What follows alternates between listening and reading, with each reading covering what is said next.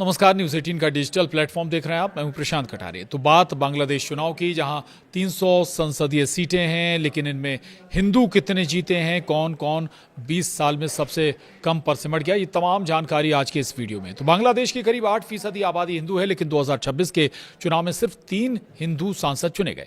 पहले शेख हसीना के दौर में ये संख्या 14 से 20 तक रहती थी। इस बार सभी विजेता BNP से हैं, जबकि जमात का हिंदू उम्मीदवार हार गया है। कुल 79 अल्पसंख्यक उम्मीदवार मैदान में थे, फिर भी प्रतिनिधित्व बहुत कम रहा है।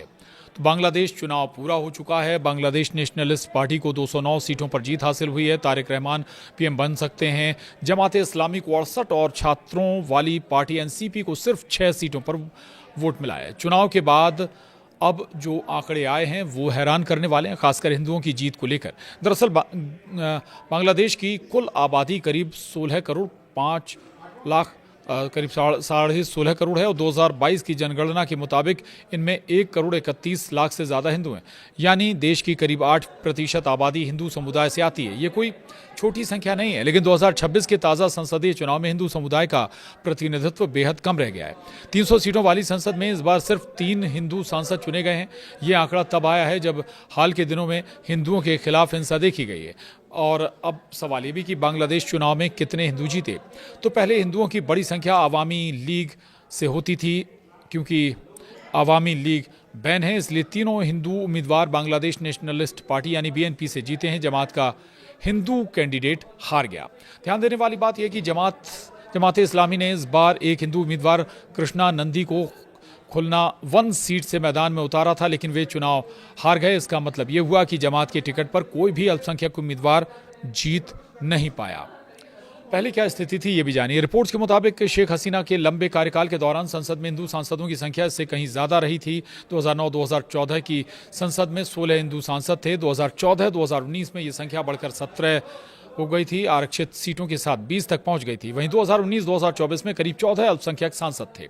यानी पहले जहां 14 से 20 के बीच हिंदू सांसद होते थे, अब संख्या घटकर सिर्फ 3 रह गई। 2006-2009 तक बांग्लादेश में केयर टेकर सरकार रही। ऐसे में कह सकते हैं कि ये 20 साल में सबसे कम संख्या है। ये गिरावट काफ़ी बड़ी मानी जा रही है।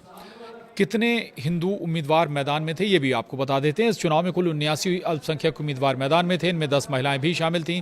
60 में से 22 राजनीतिक दलों ने अल्पसंख्यक उम्मीदवार उतारे थे। BNP ने 6 अल्पसंख्यक उम्मीदवार उतारे, जिनमें से 4 जीत पाए, लेकिन कुल संख्या फिर भी बहुत कम रही।